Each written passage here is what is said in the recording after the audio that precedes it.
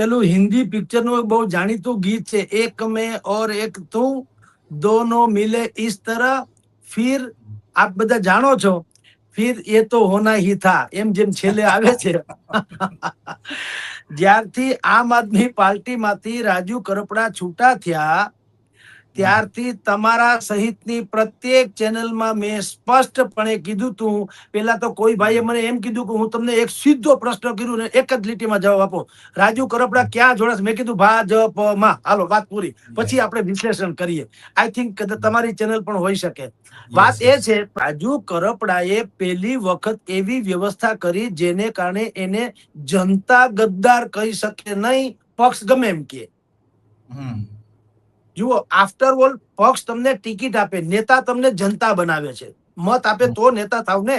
Ticket તો આપણે જાણીએ છીએ, વાલા દવલા પૈસા પૈસા ઈધર, ઓળખાણ પીછાણ, જાતિ જ્ઞાતિ વર્ગ ફલાણું ઢીકણું ગમે એમ લઈ આવે.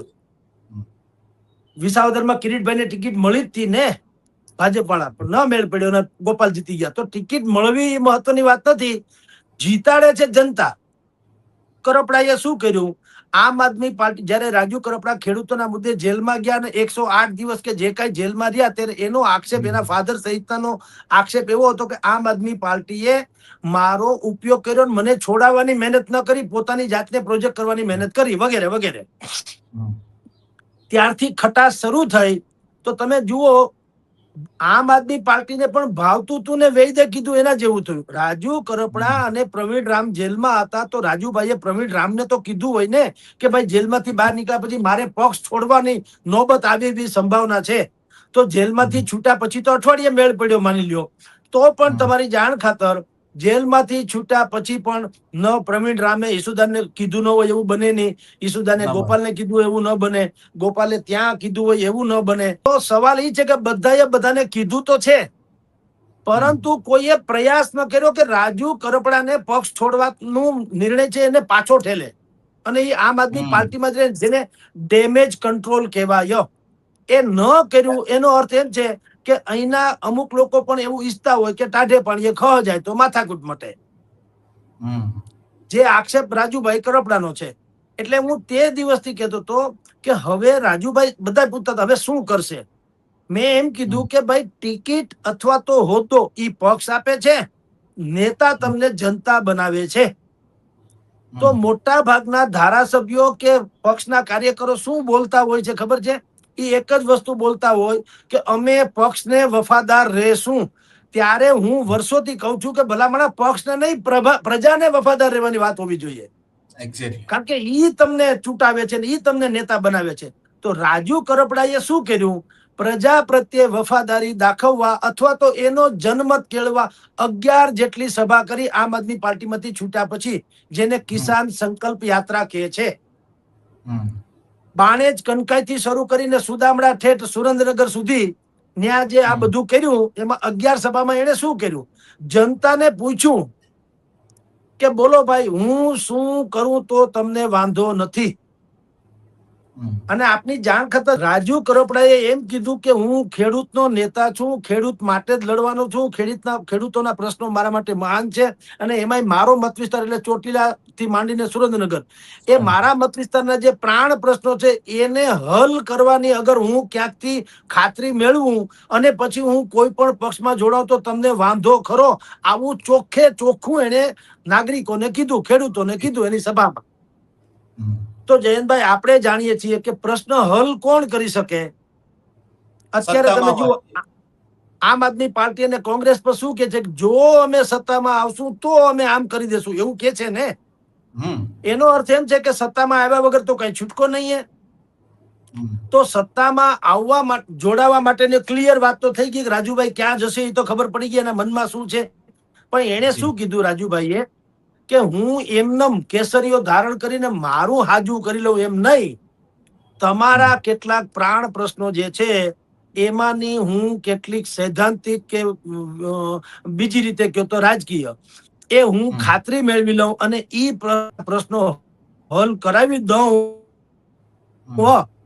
તો હું ભાજપમાં જોડાઉં. તો તમે છીએ કે સમસ્યા હલ કોણ? શાસક કોઈ નહીં કરી શકે. કોણ હલ કરી શકે? તો હું આપને કહું, રાજુ કરપડાએ નામ છે ચોટીલા ધારાસભા વિધાનસભામાં 165, એમાંથી 22 ગામડા જે છે એમાં સૌની યોજનાના પાણી અત્યારે મળી રહ્યા છે 22 ગામડામાં. બાકી બધા ગામડા જે છે ત્યાં પાણીનો પ્રશ્ન છે. એટલે એમાં 18 ગામડામાં તો તળાવ બનાવી અને પાણી ભરવાની વાતને પણ સૈદ્ધાંતિક મંજૂરી રાજુ કરપડાએ 15 દિવસ કે મહિના દિવસ પહેલા કહું છું એને સરકાર પાસેથી અપાવડાવી ખેડૂતોને કે જુઓ હું જે તમને કહી રહ્યો છું કે ચોટીલા પંથકમાં ત્યાં કેટલાક એવા કુદરતી સરોવરો છે પાણીના કે જો એ સરોવર સૌની યોજનાથી પાઇપલાઇન દ્વારા ભરાઈ જાય તો એ ધરતી નવપલિત થઈ જાય અને અત્યારે જે વેરાન છે એ લીલી નાઘેરમાં પલટાઈ જાય એવું એનું કહેવાનું છે. અને ત્યાંની જનતા માને છે કે જો અહીંયા પાણીનો પ્રશ્ન હલ થઈ જાય તો અમારે હિજરત કરવાની પણ જરૂર નથી કે ખોટે અહીં માથે હાથ દઈ રહેવાની પણ જરૂર નથી.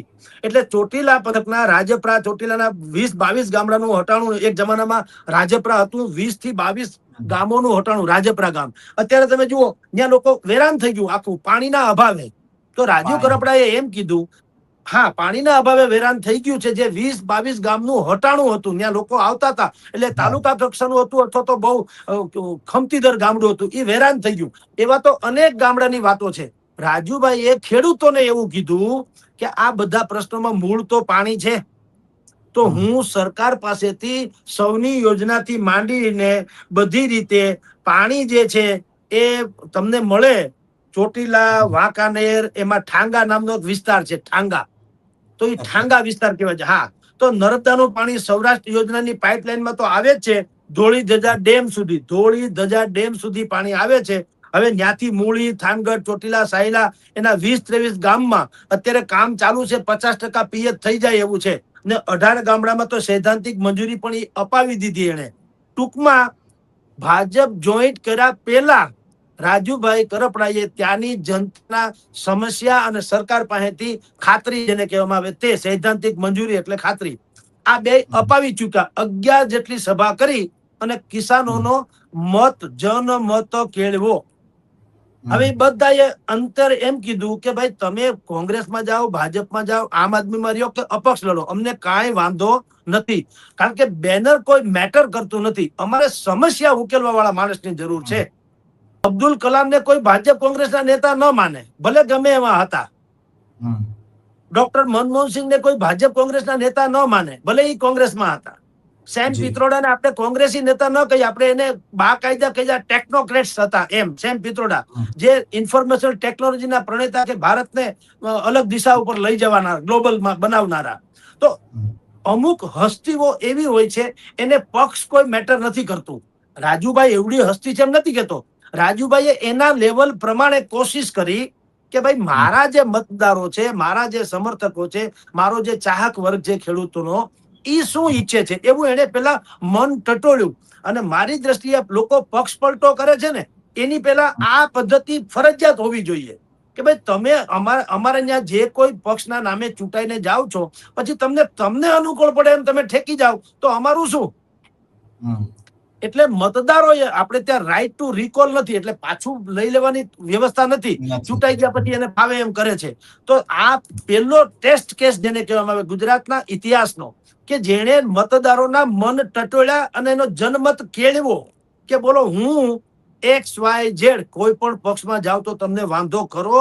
એ લોકોએ વાંધો ન લીધો એટલે આજે 200 જેટલી કારના કાફલા સાથે એકાદ વાગ્યાની આળે ગાળે અત્યારે આપણી ડિબેટ ચાલુ છે તો કમલમમાં અત્યારે હાર ખોરાય મગાવાય પહોંચી ગયા ગાંઠિયા પેડા જે ખવાના છે મીઠા મોઢા થઈ જાય પાણી ગ્રહણ જેવી વાતો છે. સગાઈ કે લગ્ન થાય એ પેલા મીઠી જીબાન દીધી એવો એક શબ્દ છે. ભાઈ અમારે કોક દીકરા દીકરીને યોગ્ય લાગુ જાય ને શું કે ભાઈ અમે મીઠી જબાન આપી દીધી એટલે હજી ગોળધાણા બાકી સગાઈ બાકી લગ્ન બાકી પણ મીઠી જબાન આપી હોય ને ત્યારે તમે જોજો ત્યારે એકબીજાને બહુ સાચવે મીઠી જીબાન કારણ કે હજી નાજુક અવસ્થામાં છે કોઈ ના પણ પાડી શકે એવી સંભાવના સાથે.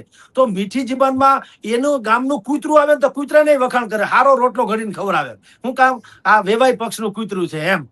તો મીઠી જીબાન દેવાય જ ગઈ હોય તમારી. જે તે સમયે જેલમાંથી નીકળતી વખતે રાજુભાઈએ એને મન જેમ મતદારોનું મન ટટોળ્યું એમ એને પક્ષનું મને ટટોળ્યું હોય ને કે ભાઈ બોલો શું કરી શકાય. અને એને એ વાત પર નક્કી કરી હોય કે ભાઈ હું ખેડૂતોના પ્રશ્ન લડું ખાલી લડ્યા કરવાથી શું ફાયદો. કોકને કંઈક જડવું જોઈએ ને, ખાલી લડ્યા કરતા કંઈક જડવું જોઈએ ને પરિણામ. હવે પરિણામ ક્યારે જડે? તમે શાસક પક્ષમાં હો તો જ. એ તો દીવા જેવી વાત છે. તો એમાં કઈ ખોટું નહીં ને. હું પગાર ન મળે નોકરી કર્યા કરું એનો શું મતલબ? કંઈક મળવું જોઈએ ને. હા, એટલે એને એમ કીધું કે ભાઈ એને 100% ભાજપ વાળા વાતચીત કરી જ હશે, એમાં કોઈ શંકા નથી. પણ એને બુદ્ધિપૂર્વક બે વ્યવસ્થા કરી. એક, ભાજપ વાળાને પણ એવું ન લાગવું જોઈએ કે હવે આ ક્યાં જાહે આપણા વગર, એમ કરીને આવો તો નાખો વખારમાં, એવું નહીં. એને પોતાની વેલ્યુ એને વધારી. કિસાનોના સંમેલનો કર્યા 11 જેટલા, હજારો કિસાનોને ભેગા કર્યા, 200 થી 300 ટ્રેક્ટરો સાથેની રેલી કાઢી. ઈ પણ એક અપક્ષ, આમ જુઓ તો ઇન્ડિવિજ્યુઅલ. રાજુ કરપડા પોતે, નીચે પાછું વિશેષણ કાંઈ નહીં. આપના તો ઈ પૂર્વ નેતા અને ભાજપના ઈ પાશ્ચાત્ય નેતા, એટલે સૂચિત નેતા હતા, સમજી લ્યો. પણ એ સૂચિત અને પૂર્વે બંને વચ્ચે રાજુભાઈએ પોતે શું છે એ થોડુંક સાબિત તો કર્યું. એટલે ભારતીય જનતા પાર્ટી પણ એને લાઇમ લાઇટમાં લઈ શકે, પણ જેને કહેવાય ને એ હળવાશથી ન લઈ શકે એવું એને પોતાનું કદ વધાર્યું અને પછી ગયા. એનો અર્થ એમ છે, તમે જે મંજૂરીની વાત કરી કે મીઠી જીબાન દેવાઈ ગઈ હોય એટલે પછી પક્ષ સરકારી તંત્ર જે છે એ પણ એની ફેવરેબલ બન્યું. એમાં ના નહીં. મેં તમને કીધું ને, વેવાઈના ગામનું કૂતરું આવે ને તોય આપણે એને હારો રોટલો ઘડીને ખવડાવીએ. તો ખબર જ છે કે આ વાસ્તે ગાસ્તે જાન આપણી ત્યાં જ આવવાની કમલમમાં, તો પછી હાલો એને મંજૂરી આપી દઈએ, એટલે એને મંજૂરી મળી ગઈ હોય. એમાં આ રાજનીતિ છે, જેમાં નીતિ શબ્દ ખાલી પાછળ છે, રાજ આગળ છે. જી, નીતિ આગળ હોવી જોઈએ. નીતિ રાજ નથી, રાજનીતિ છે. અને તમે ને હું બધા જાણીએ છીએ, આ કઈ ધર્મનો ઠેકો લઈને બેઠા નથી. રાજનીતિ એટલે ચોકઠાબાજી, શત્રુતાની સાથે ગમે તે રીતે everything is fair and war and love, એમ જે કહીએ છીએ ને, એ આ છે. તો સ્વાભાવિક જ છે એની ઉપર જેટલા કેસ છે, કેસ કઈ ચોરી લબાડીના તો છે નહીં, જે એક ખૂન કેસ વાળી વાતો જે છે, તો કાયદામાં એટલી બધી જોગવાઈ છે, કરવું તો બંધારણીય પડે જ કરે, એમાં તો કોઈ શંકા નથી. હવે બધી જ સંભાવના છે ને. 2 દિવસ પહેલા અહીંયા જે રાજકોટના એક પત્રકારે કીધું કે મને અહીંના ડીસીપી એ ભયંકર માર્યા ને આ તેને ગામ ગધેડો થયો. હવે શું થયું? હવે કવિ પોતે ફરી ગયા, અથવા તો એને સાચું હતું એ કબૂલ લીધું. બેમાંથી એક તો છે જ કે હવે આવું કઈ છે નહીં. હું બાંગરવા સાહેબ તો બહુ સારા માણસ છે, લ્યો હાલો પતી ગયું. તો સવાલ ઈ છે જયંતભાઈ, આપણે મને સમજાતું લોકોને ઈ નથી. લોકો એમ કેમ માને છે કે રાજકારણીઓ જ આદર્શ વર્તવા જોઈએ? ભલામણ તમે શું જુઓ? તમે એટલે ભાઈ બધા જનતા શું છે? કોઈએ આજ સુધી એવો સીએ રાખ્યો છે કે ભાઈ મારી કંપનીમાં ટેક્સ ભર્યા સિવાયનો 1 પણ રૂપિયો નફાનો આવવો ન જોઈએ, નહીં તો ઠામ માન નાખી? તને એવો કોઈએ સીએ રાખ્યો નહીં? નિયલ બતાવી દો બસ, હું સુખી થઈ, હું સિંગાપુર ફરી આવું, જનતાનું જે થવું થાય. અને પછી પાછા રોડ જોઈએ છે બધાને મખમલ જેવા, ક્યાંથી મેળ પડે?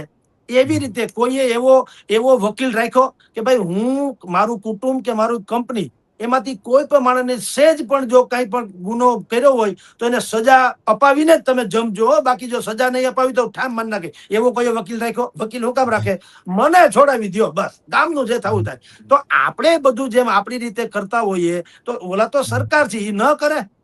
શું કામ ન કરે મને કયો? એટલે તમને કહું કે જેટલા કેસીસ અત્યારે રાજુ કરપડા ઉપર છે, હવે એ અભેરાય ઉપર ચડી જાય એવું બનવાને પૂર્ણ સંભાવના છે. આમ આદમી પાર્ટીનો મેઇન બેઝ શું છે? એ જો ખેડૂત વિસ્તારોમાં જ બધું હાહાકાર મચાવે છે અને એને સપોર્ટ મળતો હતો. હવે એ જ ખેડૂતનો એક વર્ગ રાજુ કરપડાનો ચાહક છે. હવે રાજુ કરપડા, તમે ને હું અત્યારે ચર્ચા કરીએ છીએ ત્યારે કમલમમાં પેંડા ખાઈ રહ્યા છે, મોઢા મીઠા કરી રહ્યા છે. તો ઓલા જે એના સપોર્ટર છે એ ઓબ્વિયસલી ભારતીય જનતા પાર્ટીમાં આવવાના. અને રાજુ કરપડા ત્યાં જતા પહેલા મેં કીધું આ અમુક જે પ્રશ્ન હતા, ખાસ કરીને પાણીના, તો એને સૈદ્ધાંતિક મંજૂરી અપાવડાવીને થોડીક તો બોણી તો કરી કે હું જીતા પહેલા કે પક્ષમાં ગયા પહેલા તમારું કાંઈક કલ્યાણ કરી શકું તો જ હું જઈશ. તો એને થોડીક બોણી કરી, એટલે એને માથું આમ ઝુકાવા જેવું તો છે નહીં, ગૌરવથી કહી શકશે. અને રજા લઈને ગયા છે જનતાની. એ ખેડૂતોએ કોઈએ વિરોધ નથી કર્યો કે ના તમે હવે અમારા માટે જ લડજો, કોઈ પક્ષમાં જાતા નહીં. બધાએ કીધું તમે જ્યાં જાઓ ત્યાં હમ તમારે સાથ હે, પણ તમે અમારો સાથ છોડતા નહીં. તો રાજુ કરપડાએ કીધું તો હું ભાજપમાં જાઉં છું, અને અત્યારે જઈ રહ્યા છે. તો નડશે કોને? કોંગ્રેસ અને આમ આદમી પાર્ટીને નડી શકે. કે અત્યારે મને એવા વાવડ મળ્યા છે કે રાજુભાઈ કરપડાને જિલ્લા પંચાયતની કોઈ ચૂંટણી લડવાનું પણ ઓફર કરવામાં આવે. હવે આવે તો એટલા માટે, નહીં તો એ ડિગ્રેશન છે, અપગ્રેડ નથી. કારણ કે રાજુ કરપડા તો MLA મટીરિયલ છે, એ ચૂંટણી લડી ચુક્યા છે, ચૂંટણી ચોટીલામાં હાર્યા એ જુદી વાત છે, પણ બહુ માઇનોર મતે હારેલા. તો સવાલ એ છે કે ધારાસભ્ય કક્ષાના વ્યક્તિ છે, હવે એને જિલ્લા પંચાયત લડવાનું કે તો થોડું આમ તમે રાજકીય દ્રષ્ટિએ જુઓ તો થોડું ડિગ્રેશન થાય, પણ અપગ્રેશન ને બદલે. પણ એમ પણ બને કે ભાઈ તમે અત્યારે જિલ્લા પંચાયતને લડો એટલે એની ઓરા આભા પ્રભાવના કારણે જે પંથકમાં ભારતીય જનતા પાર્ટી થોડા કપરા ચડાણ છે ત્યાં વધુ સહેલું થઈ જાય. એટલે કેટલીક તાલુકા જિલ્લા પંચાયતો કે ગ્રામ્ય પંચાયતોમાં ભારતીય જનતા પાર્ટી અપગ્રેડ થાય. હવે એના ફલ સ્વરૂપ ધારો કે આવું થાય તો વાત કરું છું, એવું થાય પરિણામ આપે રાજુ કરપડા સુરેન્દ્રનગર અને ચોટીલા પંથકના ગ્રામ્ય પંચાયતો તાલુકા પંચાયત સ્થાનિક સ્વરાજ્યની ચૂંટણી એ બધામાં ભારતીય જનતા પાર્ટીનો કેસરીયો પરચમ લહેરાવવામાં યોગદાન આપે ધારો કે, તો 2027માં પછી કહી દે કે હવે તમે પાછા ચૂંટણી લડો આમાં MLA તરીકે તો બને. એટલે બે વસ્તુ છે, એક તો ટટોળાઈ ગયા, ટકોરા બંધ થયા એ ખબર છે, ખેડૂતો ઉપર એનો પ્રભાવ છે, આ ચૂંટણીથી જાહેર થઈ જાય, એને જે ટાર્ગેટ સોંપ્યું ટાર્ગેટ એચીવ કરે તો પછી હકદારે બને ચૂંટણીની ટિકિટ માંગવાના. આમ મેરિટ્સ નો જે વાત છે, પાછો જે ભારતીય જનતા પાર્ટી અત્યારે કેટલાક નોર્મ્સ જેટલા નિયમો ઘડ્યા છે કે 60+ ન હોવા જોઈએ, 3 ટર્મથી ચૂંટણી લડીને હોદ્દેદાર બનેલા ન હોવા જોઈએ, જ્ઞાતિ જાતિવાદ પરિવારવાદ કે ભાજપમાં કોઈ હોદ્દો ન હોવો જોઈએ, આ ત્રણેય ક્રાઇટેરિયામાં રાજુ કરપડા તો ખરા ઉતરે છે. નથી વૃદ્ધ, નથી 3 વખતની ચૂંટણી લડીને કઈ હોદ્દો ધારાસભ્ય થઈ ગયા, કે નથી ભારતીય જનતા પાર્ટીના કોઈ હોદ્દામાં, કારણ કે તો આમ આદમીમાં હતા. એટલે ત્રણેય બાબતો જે છે એની ફેવરમાં છે, ને ચોથી એની સાથે જનમત છે, લોકો એની સાથે છે, બહુ મોટી વાત છે. નહીતર પાર્ટીમાંથી નીકળે ને એટલે એની હાલત છે ને પીછા વગરના મોર જેવી થઈ જાય, ભૂંડા લાગે, હારા ન લાગે. પણ અત્યારે શંકરસિંહ બાપુ શક્તિશાળી માણસ છે, એમાં કોઈ સંશય નથી. પણ આપણે જાણીએ છીએ નેક્સ્ટ ટુ PM નહીં, આ તો નરેન્દ્ર મોદી આવી ગયા ને ચમકી ગયા ની જુદી વાત છે, પણ કામલી અને સચિનમાં કામલી પણ એટલા જ ત્રેવડ વાળા હતા, પણ એ આડે રવાડે ચડ્યા તો કામલીનું શું થયું, સચિનનું શું થયું આપણે બધા જાણીએ છીએ. એક ભારત રત્ન છે, એક ટેન્શનમાં છે. શંકરસિંહમાં પણ એક ક્ષમતા હતી, પણ એની પાસે બેનર ન રહ્યું તો તમે જુઓ એ ક્ષમતા હતી ક્ષીણ થઈ ગઈ. એવી રીતે રાજુ કરપડાના કેસમાં જુદી ઘટના છે. બાકી કેટલાય લોકો પક્ષ વગરના થઈ ગયા ત્યારે એની કોઈ વેલ્યુ ન રહી. અત્યારે એવા નામ નથી આપવા, પણ તમે હું બધાને જાણીએ છીએ, એક જમાનામાં જેના ડંકા વાગતા તેને અત્યારે ભોજ્યોભાઈ પૂછતું નથી, આપણી ભાષામાં કહીએ તો રાજુભાઈ કરપડાએ તો ઈ પણ સાબિત કરી દીધું કે હું ઇન્ડિવિજ્યુઅલ રાજુ કરપડા એટલે રાજુ કરપડા, એ રીતે પણ મારી સાથે હજારો સમર્થકો કિસાનો છે, અને એને કોઈ બાઉન્ડ્રી નડતી નથી સૌરાષ્ટ્રમાં. એટલે આમ એ અનેક ક્રાઇટેરિયામાં ખરા ઉતરાય એટલે સંભવ છે કે એની પણ અપગ્રેડ ભવિષ્યમાં થઈ શકે. રાજુભાઈ કરપડા રહોડાના માણસ છે, આમ આદમી પાર્ટીના. તમે થાળીમાં ગમે એટલું વ્યવસ્થિત પીરશો ને, પણ રહોડામાં રસોઈ બનતી હોય, જો તમે ભાળી જાવ તો જમો નહીં, ન્યા બધું હોય, અહીંયા થાળીમાં રૂડું લાગે. તો રાજુભાઈ રહોડાના માણસ છે, આમ આદમી પાર્ટીના. અનેક રાજ એ જાણતા જ હોય. જેમ કે ગઈકાલે જેમ ભાઈએ વાત કરી, ગોપાલ ઇટાલિયાએ, કે મારો આ વિડીયો છે AI જનરેટેડ છે, હું આમાં ક્યાંય છું નહીં. પણ રાજુભાઈએ એમાં તમે જુઓ, નહીતર રાજુભાઈએ કઈ કહેવાની જરૂર નથી, પણ એણે કીધું કે અમારી પાસે AI જનરેટર કરવા વાળી કેવી આખી સેલ છે. અને આપની જાણ ખાતર પરેશ ગૌસ્વામીથી માંડી અને જેટલા આમ આદમી પાર્ટી જેને છોડી રાજુ કરપડા સુધીના બધાની એક વાત તો કોમન રહી છે, એની આક્ષેપ છે કે આમ આદમી પાર્ટીનું જે સાયબર સેલ છે એ સોશિયલ મીડિયા ટૂંકમાં જે જમાવે છે એ ખતરનાક છે. કારણ કે હું અત્યારે ધારો કે તમારી સાથે ચર્ચા કરું, જો આમ આદમી પાર્ટીને એમ લાગે કે આ અમારી વિરુદ્ધની વાત થાય છે એટલે એના માણસો એક્ટિવ થઈ જાય. આપણે એમ માનીએ છીએ કે આ લોકોની કોમેન્ટ છે, લોકોની હોતી નથી, પણ લોકોના નામે એના જ લોકો માન લ્યો હોય, હજારો લોકો જગદીશભાઈ આમ જગદીશભાઈ તેમ પૈસા ખાઈ ગયા, ડરી ગયા, ધબી ગયા, ફલાણું ઢીકણું. એવી રીતે પરેશભાઈ ગોસ્વામીની પણ ફરિયાદ હતી, રાજુભાઈ કરપડાની પણ ફરિયાદ. એટલે રાજુભાઈ અંદરના રાજ તો જાણે જ છે કે આમાં શું થયું. આપણે જે વાત કરીએ છીએ તટસ્થ, ઘણા મને એમ કે તમારા સૂર કાં બદલાઈ ગયા. મેં કીધું આજે બુધવાર છે ને કાલે ગુરુવાર છે એટલે બુધવાર કેવો, ગુરુવાર ન કેવો? ભલા માણા, અમે પત્રકાર છીએ, પક્ષકાર નથી.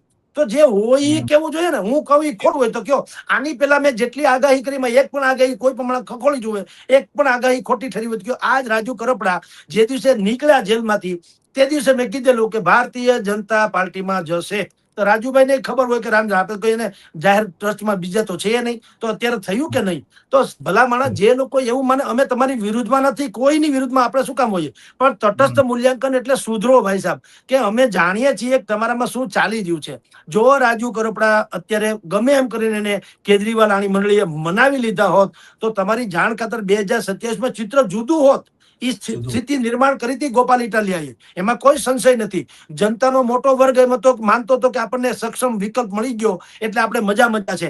આજે આ લોકો હવે જે સાયબર સોશિયલ મીડિયામાં એને આપણો વિરોધ કરવો પડે એ સ્વયંભૂ થતો હતો એક જમાનામાં, હવે નથી થતો. ડખો તો છે જ, પણ એને ગમે નહીં સ્વાભાવિક છે, પણ ન ગમે તો 2 રોટલી વધુ ખાય, પણ જે સાચું હોય તો કેવું પડે ને. એટલે રસોડાના રાજ એ રાજુભાઈ કરપડા જાણે છે. એ ત્યાં ભારતીય જનતા પાર્ટીમાં હવે જોડાશે એટલે એ બધી વાતે કરશે ખરા, એની રણનીતિ ઘડશે. આપની જાણ ખાતર તમને ન ખબર હોય તો જે લોકો શ્રોતા છે એને ખબર નહીં હોય કે આમ આદમી પાર્ટીએ પેઇડ વર્કરો 1000 જેટલા ગુજરાતમાં રાખેલા છે. એવું તમે રાજુભાઈ કરપડા જો જાણતા હશે તો એ ભારતીય જનતા પાર્ટીને કહેશે. મેં એક બહુ મોટા સૂત્રો પાસેથી આ બિલકુલ લાયેબલ, જેને કહેવાય જવાબદારી વાળી વ્યક્તિઓ, જેવી તેવી નહીં, કઈ રોડ ખોડ ઉપર વાત કરીને આપણે કહીએ નહીં. એને એમ કીધું કે દિલ્હીથી 1000 પેઇડ વર્કરો છે એને રેવું કેજરીવાલ સુધી પહોંચાડે. તો તમે કલ્પના કરો હવે ઈ કોણ છે, ક્યાં છે, એની રણનીતિ શું છે, ઈ શું કરવા માંગે છે, એ બધી રાજુભાઈને તો ખબર હોય જ. જો આ વાત સાચી હોય તો રાજુભાઈ રહસ્ય બધું કહેવાના જ છે, સ્વાભાવિક છે ભાજપમાં, અને એની કાઉન્ટર એટેક કરવાના જ છે. એટલે તમારા પ્રશ્નનો જવાબ એ છે કે જો હું કહું છું એ વાત સાચી હોય તો સૂત્રો એ કીધી છે એટલે મારી પાસે કોઈ ઓથેન્ટિક વાત છે એમ નથી કહેતો. હા, પણ મને કહું બહુ જવાબદાર વ્યક્તિઓએ કીધેલી વાતો છે કે પેઇડ વર્કરો 1000 થી પણ વધુ સૌરાષ્ટ્રમાં રાખવામાં આવેલા છે. એ લોકો ડિસાઈડ કરે છે કોને ટિકિટ આપીને કોને નહીં. નહીં કે ઈસુદાનભાઈ, નહીં કે ભાઈ ફલાણાભાઈ કે સાગર રબારી કે નહીં ફલાણા કે પ્રવીણભાઈ કે ગોપાલભાઈ. એ કરે ખરા, સૂચવે ખરા, ભાઈ જગદીશભાઈને ટિકિટ આપો, પણ પછી જગદીશભાઈ શું છે ને દેવી કે કેમ, એ પાછું ઓલા જે 1000 પેઇડ વર્કરો રાખ્યા છે એમાંના અહીંના જે પ્રભારી હોય એ નક્કી કરે કે રાખવા કે કેમ. એના જેવી આ વાત છે. તો એ બધાય રાજ જે સામાન્ય જનતાને ખબર નથી. જેમ રાજુભાઈએ હમણાં જ એક વિડીયોમાં મેં સાંભળ્યું કે એને કીધું કે ગંજી છે એ કોઈ બ્રાન્ડેડ કંપનીનું પહેરવાનું, ઉપર રવિવારનો બુસ્કોટ, રવિવારી બજાર, ગુજરી બજારનો. એટલે ઉપરથી તમે ગરીબ દેખાવ છો, અંદરથી તમે શીશ મહેલ બનાવો છો. એ જગ જાહેર વાત તો છે, દિલ્હીમાં શીશ મહેલ વાળી ચમકી હતી. તો આ જે તમારી બેવડી નીતિ છે એનું જે ઉજાગર રાજુભાઈ જાણે છે એટલું તો તમે કે હું ન જાણતા હોય, જનતા તો સ્વાભાવિક ન જાણતી હોય. તો હવે રાજુભાઈ કરપડા એ બેવડી નીતિનો પર્દાફાશ કરી અને ભારતીય જનતા પાર્ટીને બધું કહે તો કાઉન્ટર એટેક કરવામાં ભાજપને પણ વધુ સરળતા રહે અને આમ આદમીને નુકસાન થાય. એ સ્વાભાવિક વાત છે.